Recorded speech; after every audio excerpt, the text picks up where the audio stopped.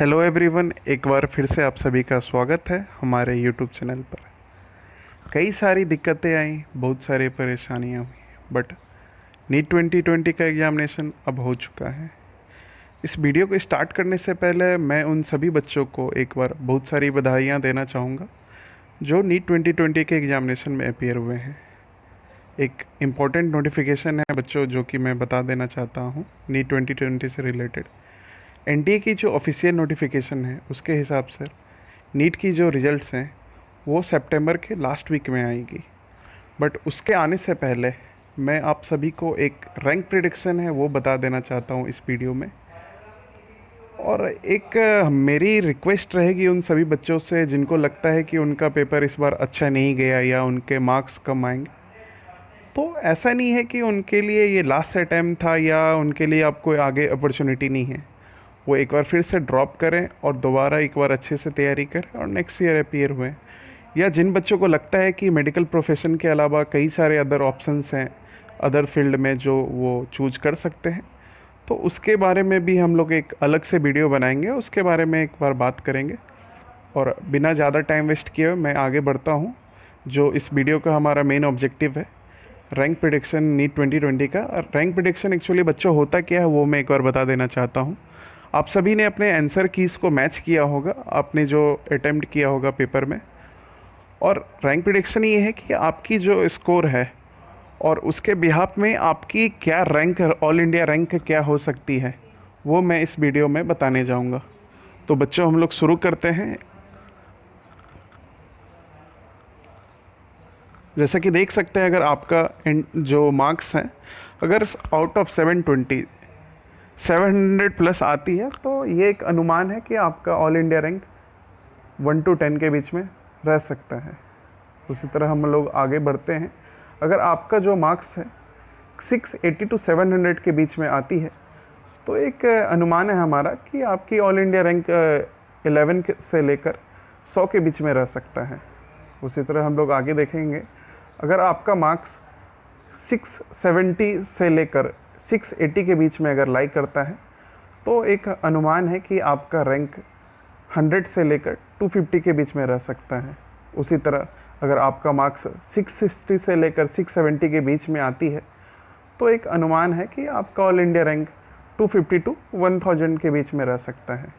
उसी तरह अगर आपका मार्क्स 650 से लेकर 660 के बीच में आती है तो आपकी जो ऑल इंडिया रैंक है गाइस वो 1000 से लेकर 2000 के बीच में रह सकता है। उसी तरह हम लोग आगे देखेंगे कि अगर आपका मार्क्स 630 से लेकर 650 के बीच में आती है तो आपका जो ऑल इंडिया रैंक है वो 2000 से लेकर 6000 के बीच में रह सकता है। अगर आपका मार्क्स 600 से लेकर 630 के बीच में रहता है गाइस तो आपकी ऑल इंडिया जो रैंक है वो 6000 से लेकर 12000 के बीच में रह सकता है। उसी तरह आगे बच्चों हम लोग देखेंगे। अगर आपका मार्क्स 575 to 600 के बीच में आती है तो आपका जो ऑल इंडिया रैंक है वो 12000 से लेकर 17000 के बीच में लाई कर सकता है। और उसी तरह अगर हम लोग आगे बढ़ते हैं, अगर आपकी जो मार्क्स है 550 to 570 के बीच में आ रही है तो आपका जो ऑल इंडिया रैंक है वो 17000 से लेकर 24000 के बीच में आ सकती है। उसी तरह हम लोग आगे देखेंगे। अगर आपका मार्क्स बच्चे 525 से लेकर 550 के बीच में आती है तो एक हमारा अनुमान है कि आपका जो ऑल इंडिया रैंक है वो 24,000 to 30,000 के बीच में रह सकता है। उसी तरह हम लोग आगे देखेंगे। अगर आपका जो मार्क्स है 500 to 525 के बीच में आती है तो आपकी जो ऑल इंडिया रैंक है वो 30,000 से लेकर 38,000 के बीच में कहीं ना कहीं लाइक करेगा। उसी तरह हम लोग देखेंगे। अगर आपका मार्क्स जो 450 से लेकर 500 के बीच में आती है बच्चों तो आपका जो रैंक है ऑल इंडिया 38,000 to 60,000 के बीच में आ सकता है। उसी तरह हम लोग देखेंगे बच्चे।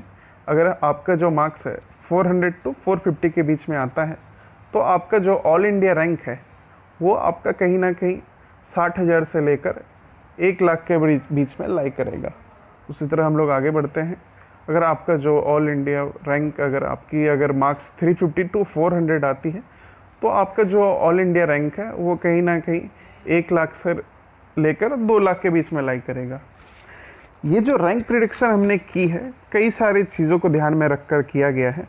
जो इस बार की जो पेपर आई थी उसकी लेवल काफ़ी आसान माना जा रहा है लास्ट के जो भी 5-6 ईयर्स की पेपर्स है उसके कंपैरिजन। तो हमने ये जो प्रिडिक्शन निकाला है वो प्रीवियस ईयर्स के मार्क्स और रैंक्स की जो एक रेशियो रहती है उसको कंपैरिजन में रखकर हमने किया है। आई होप ये वीडियोस आप सभी को काफ़ी पसंद आया होगा, और अगर आप इसे हमारे YouTube चैनल पर देख रहे हैं तो हमारे YouTube चैनल को सब्सक्राइब करना ना भूलें, और अगर आपको लगता है कि इससे और भी दूसरे बच्चों को बेनिफिट मिल सकता है तो आप इसे शेयर कर सकते हैं।